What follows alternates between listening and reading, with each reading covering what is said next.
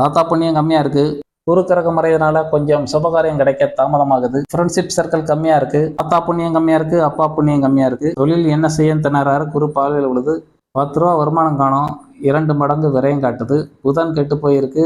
புதன் நீசம் பெறதுனால ஒரு அறிவாளித்தன்மை குறைத்து காணப்படும். இல்ல அந்த வீட்டில் இருக்கிறவங்களுக்கு ஒரு படிப்பு தடையை கொடுக்கும்.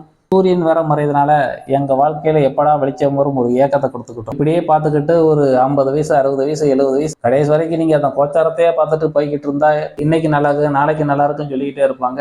ஒரு இது முடிஞ்ச பிறகு 6 மாசத்துல அவ்வளவுதானா அப்படிங்கிற மாதிரி நீங்க கோச்சாரத்தையே பார்த்துக்கிட்டு போறீங்க. இது என்ன செய்யறேன்னா சூரியனே கெட்டு போய் கிடக்கு உங்க ஜாதகத்துல. அப்ப நீங்க வெளிச்சத்துக்காக இயங்கிட்டு இருக்கீங்க. அதை எப்படி மாத்தி அமைக்க முடியும்? அதுக்கு என்ன கல்லு போடணுங்கிற ஒரு பிரார்த்தனை பண்ணியிருக்கோம். ஆனா உங்க டோர் நம்பர்ல இதே சூரியன் கெட்டு போயிருக்கா? உங்களுடைய கையெழுத்துலயும் சூரியன் கெட்டு போயிருக்கலாம். சுக்கிரன் கெட்டு போனா மனைவிட்ட திட்டுவாங்கன்னு சொல்லியிருக்கோம். சூரியன் கெட்டு போயிருந்தால் உங்க வாழ்க்கையில ஒரு வெளிச்சத்துக்கு ஏங்கிக்கிட்டே இருப்பீங்கன்னு சொல்லியிருக்கோம்.